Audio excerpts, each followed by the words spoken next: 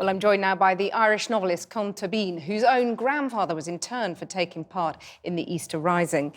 Well, let's start with your personal history then and your grandfather. What does this centenary mean to you and your family?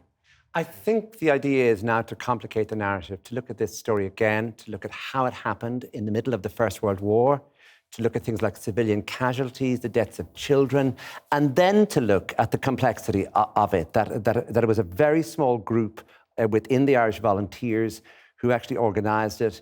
And they were very brave men, and some of them were poets, and they were very serious people. And of course, it looked like a stab in the back from the British side. From the Irish side, once they were executed, it didn't look like that. So it's a complicated, interesting story. And what's happening, I think, this time, 100 years now, is that the state has taken over the commemoration. This is one of the ways in which the Irish state was founded. So the commemorations are not paramilitary commemorations. They are full Irish state commemorations. And many states, in Europe and in the world came into being under stranger circumstances and under violent circumstances.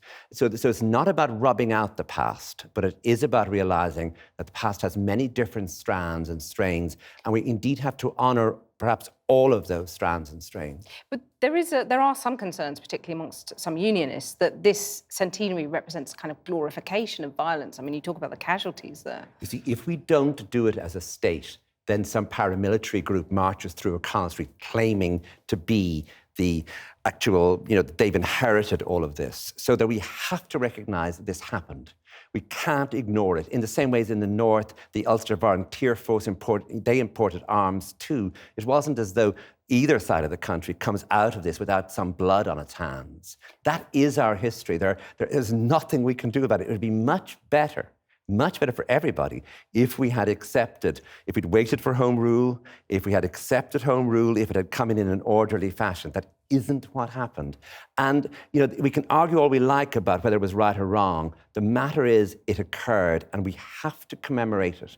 If we don't do that, we're glossing over the past. We're pretending the past didn't occur. So I think, I was 11 50 years ago, and I remember it was a much more innocent glorification of the heroes and the violence. I even remember 25 years ago, when it was the middle of the IRA campaign, and everybody was concerned that to even do anything about it. This time round, we do have, despite the fact of the tragic murder, of the prison officer, we do have actual peace on the island. There has been a sort of settlement on the island. But there are still, you mentioned the prison officer, Adrian Ismay, who was killed. That violence has cast a long shadow, and those tensions are still rumbling away, aren't they? Yes, and that is why making the narrative complicated, talking about, for example, the best-selling book so far has been about the dead children, the innocent children who were killed in the rebellion.